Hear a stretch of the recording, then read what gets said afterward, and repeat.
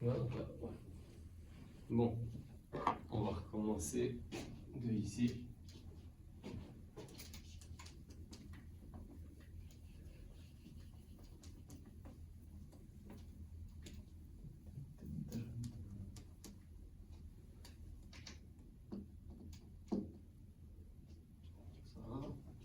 Donc ça, c'est la dernière partie, chapitre 12 là.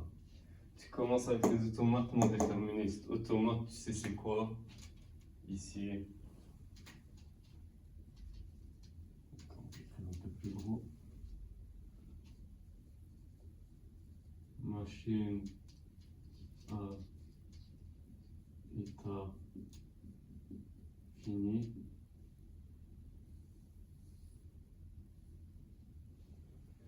Donc machine à état fini non déterministe. Tu commences par ça. C'est décrit comment? Ça, le M pour machine à état. Tu as tes états, tes entrées. Ici, F, ça représente les sous-ensembles d'états. S0, ça va être ton état initial, ça va dépendre de la situation. Et F, l'ensemble d'états finaux. Okay? Donc, quand il te le représente graphiquement, tu as S0, ici. S1, S2, S3, par exemple. Okay? On commence à S0, donc c'est ton départ. Ça représente ton état initial. Il est où? Ici. Ça, c'est ton état initial. S3, on va dire, c'est l'état final. Quand il y a un double cercle autour, ça représente l'état final. Ok? Donc là, tu as S0. On va dire tu as ici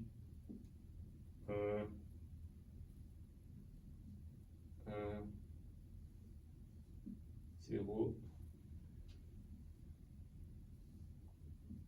0. C'est juste un exemple, on s'en fout. 0. 1. Puis... Bon, ça c'est ton diagramme. C'est tes états S0, S1, S2, S3. Si on fait... Il y a deux façons de passer, ok? Déjà, ça c'est l'automate non déterministe. Si on fait le tableau d'état, je crois que ça s'appelait... Attends... C'est ça, stable d'état.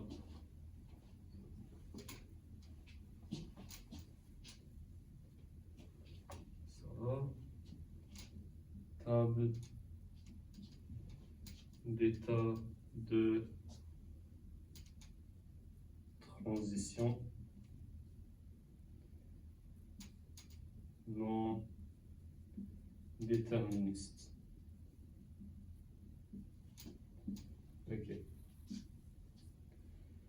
Ça, tu vas mettre tes états S0, S1, S2, S3. Quand c'est une entrée, donc tu vois le départ, l'état initial, tu mets une flèche qui rentre dedans. Et quand c'est une sortie, l'état final, tu mets une flèche qui sort. Ça, c'est la convention qu'ils utilisent normalement. Puis tu as tes entrées qui sont 0 et 1, ici. Et là, tu remplis. Le S0, quand il va à 1, il va à S1 et S2. On va commencer par 0. 0, il va à S3. Donc ici, tu as S3. C'est simple. Quand il a 1, tu vois qu'il va à S2 puis S1. Donc il va à deux états différents. Donc ce que tu vas mettre ici, c'est S1, S2. C'est l'ensemble S1 et S2. Même chose pour le 1. Quand c'est 0, il va à S0. Quand c'est 1, il va à S3. S2, quand c'est 0, il va à S3. Quand c'est 1, il va à S0. Et le S3, quand c'est 1, il va à S0. Puis il n'y a pas de 0. Donc c'est un ensemble vide. Ok? Est-ce que j'en ai oublié un ici? 1, 0. 1, 0. Voilà, c'est bon. Normalement, j'ai rien oublié. Donc tu vois, ça c'est la table d'état de transition non déterministe. Ça c'est simple.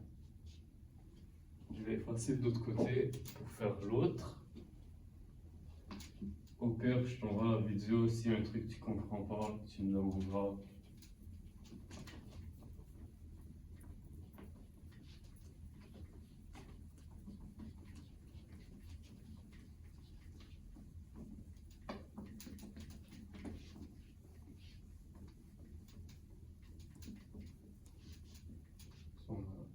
S1.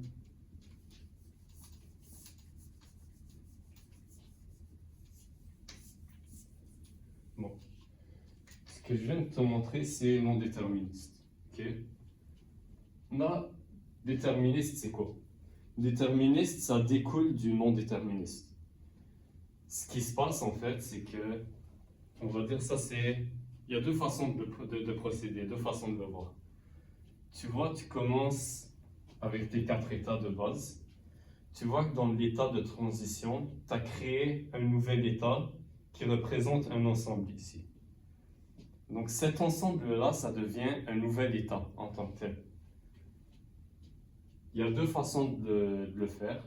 Tu peux soit passer directement par graphique, ou tu passes par table d'état. Moi, je préfère te passer par table d'état. Après, ça dépend comment tu le visualises mieux, comment tu le comprends mieux. On va commencer par graphique. Tu commences à ton état initial, donc S0. On est d'accord, ça c'est l'état initial, l'état de départ. Et là, ton S0, quand l'entrée c'est 0, ça va vers où? Ça va vers S3. Ok. On va mettre S3 ici. Tu sais que S3 c'est une sortie, donc tu fais le double cercle. Là, tu as 0. Quand l'entrée c'est 1, il se passe quoi? Il va vers S1 et S2. Donc tu crées ton nouvel état, S1, S2. S1, S2. Quand l'entrée c'est 1, voilà. Là, tu continues à partir de ça. Tu oublies ce que tu avais, genre le reste. Tu continues à partir de ça. Tu as S3. S3, il a quoi? Quand l'entrée c'est 0, il va vers l'ensemble vide. Donc tu vas créer ton état ensemble vide. Ok?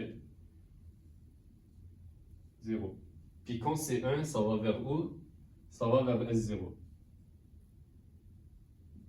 Voilà. Qu'est-ce qui te reste? Il te reste S1, S2. S1, S2, tu vas regrouper. Par exemple, tu pourrais le voir comme ça, parce que c'est pour ça que j'aime mieux le visualiser comme ça. S1, S2, l'ensemble, tu vas pouvoir regrouper ça. Donc S0, S3, quand l'entrée c'est 0, l'ensemble S1, S2 en tant que tel, il va aller vers le nouvel état S0 et S3. C'est comme une combinaison. Donc tu aurais S0, S3.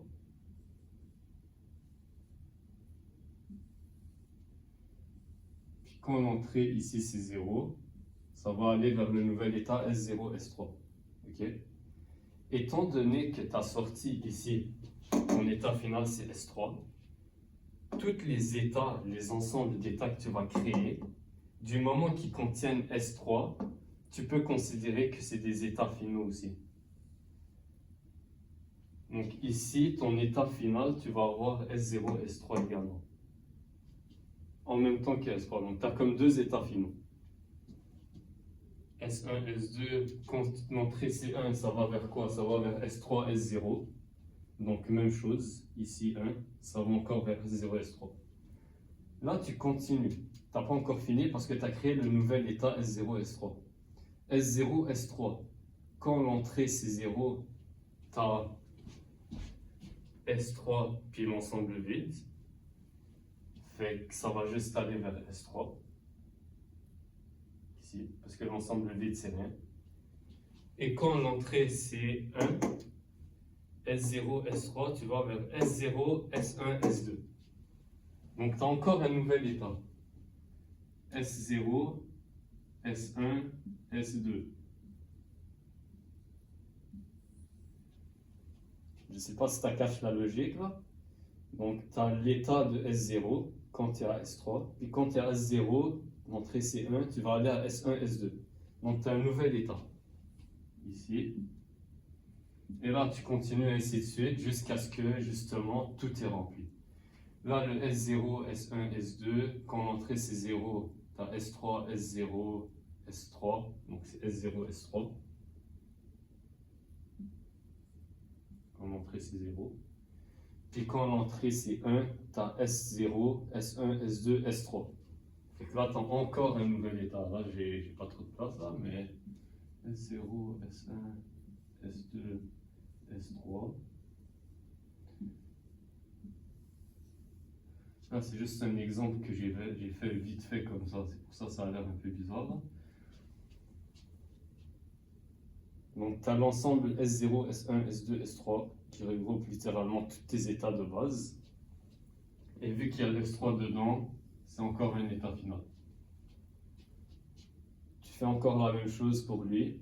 Quand l'entrée c'est 0, ben en fait, rendu là, tu fais juste check toutes les entrées. Fait que tu as S0, S3. S0, S3, il est où? Il est là. Ça, c'est quand l'entrée c'est 0. Puis quand l'entrée c'est 1, tu as S0, S1, S2, S3. L'entrée 1, tu restes à cet état-là. Fait que là, tu es parti d'un automate non déterministe à un automate déterministe. Okay? Ça, c'est quand tu le fais graphiquement. Là, je le visualise mieux avec la table d'état. Tu aurais pu le faire à partir de ça directement sans ça. Ça dépend comment tu le vois. Et tu peux faire la table d'état aussi pour ça. Donc la table d'état, ça ressemblerait à quoi? On va mettre ça de l'autre côté. Est-ce que ça fait mon pas?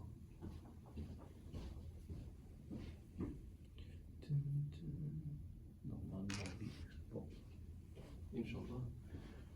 La table d'état, ça ressemblerait à quoi?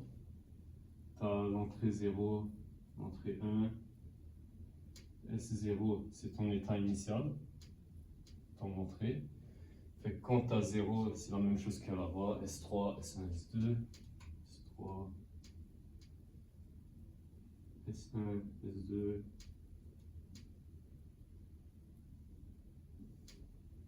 Puis là, ensuite, tu as quoi? Tu as S3.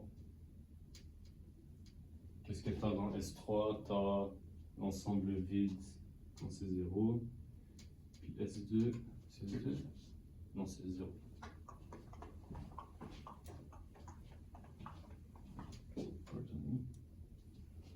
C'est 0. S0 ici.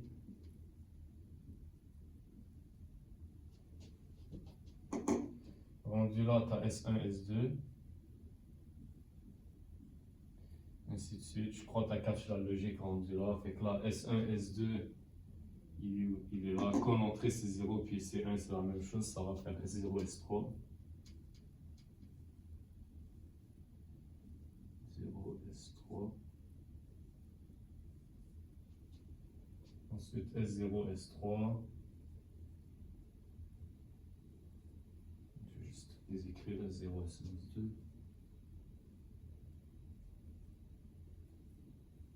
Je ne sais pas si tu vois bien là. S0, S1, S2, S3.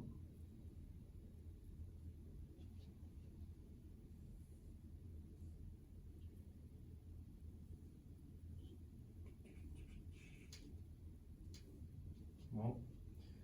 S0, S3, quand c'est 0, ça va à S3. Quand c'est 1, ça va S0, S1, S2. Ensuite, quand c'est 0, ça va S0, S3.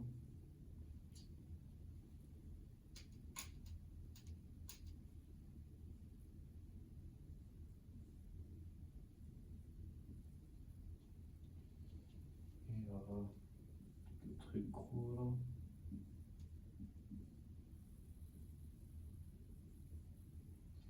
Puis lui, ça reste là. Donc S0, S1, S2, S3. Puis S0, S1, S2, S3. Voilà. Donc ça, c'est la table d'état de transition. Mais pour déterministe.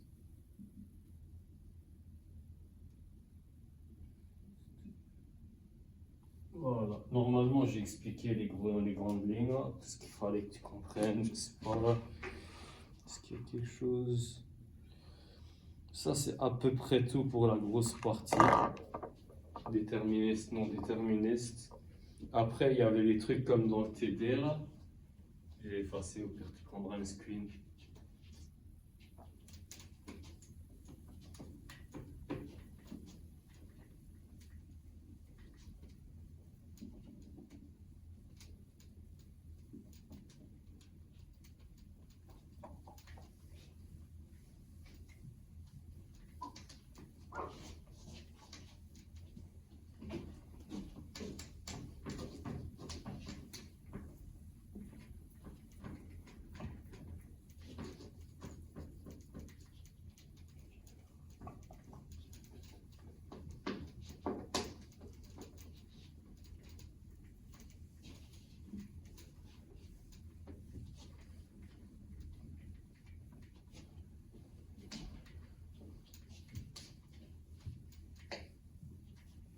Ça, c'est ce que tu aurais dû faire mon TD hier.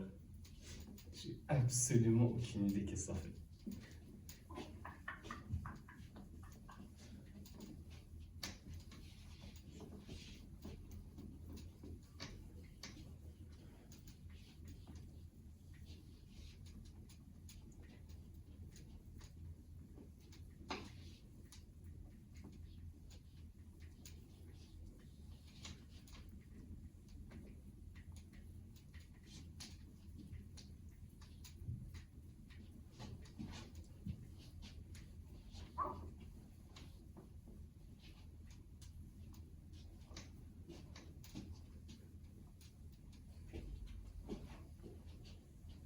Bon. Ce qui restait, c'était construction d'un automate fini. Ouais, bon. Ça, je vais aller à l'aide de mes connaissances là. C'est vraiment la dernière partie.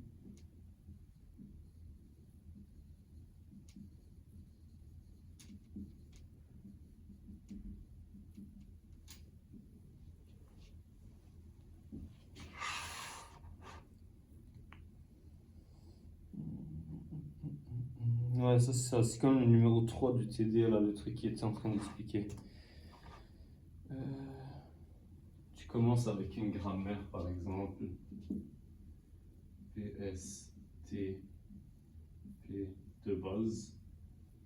Et là, tu dois définir ton V égale à quoi. Le S, c'est l'état initial. Le T, c'est les trucs terminaux. Et le P. C'est ça? Non, c'est pas ça.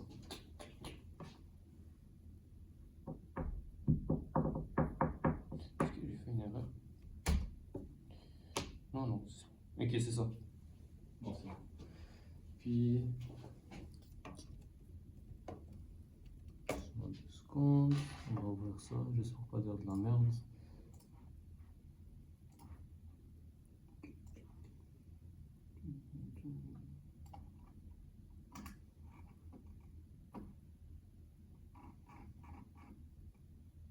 Ouais. Bon, il y a deux façons de passer. Soit il te donne la construction de base, donc ce qu'il y a ici, et tu dois faire le graphe. Soit il te donne le graphe et tu dois te rendre à ça. Ou sinon, comme le numéro d'hier, il te donne un énoncé et tu dois faire un des deux là. Donc le V, tu sais que c'est ton vocabulaire là. Tu as les trucs, par exemple 0, 1, non terminaux, A, S, terminaux.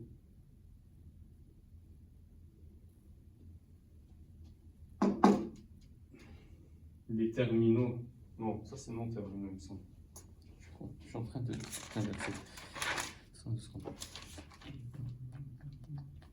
je l'avais ici. Non, ça c'est terminaux. Non terminaux. Ah oui, pardon. Bon, ça c'est terminaux, ça c'est non terminaux. Ouais. Donc terminaux, tu as 0, 1. Ici dans T. Non terminaux, tu as A et S. A et S, ça va représenter quoi? Ça va représenter tes états. Donc S, ici. Puis A. C'est tes deux états. Ok. Et le S, tu considères c'est ton état de départ, là, ton état initial. Donc, tu as 0 et 1. Ça, c'est des entrées, par exemple. Donc, tu imagines l'état. Tu as les entrées 0 et 1. Le P, il va faire quoi? Je vais passer le brosseur que j'ai fait là. Le Z, c'est des trucs de. On appelle ça, genre des implications, tout ce qui est des règles, je sais pas quoi. Donc, l'exemple qu'il y avait dans les notes de cours, c'était quoi? C'était S implique 1A.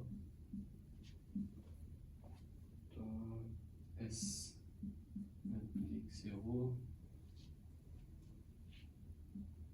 S implique 1 bas. 0A. 1A.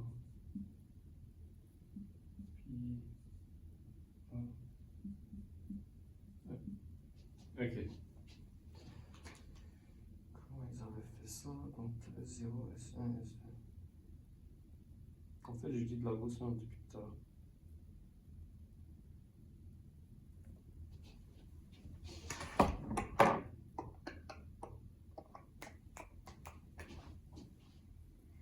Bon, on va reprendre.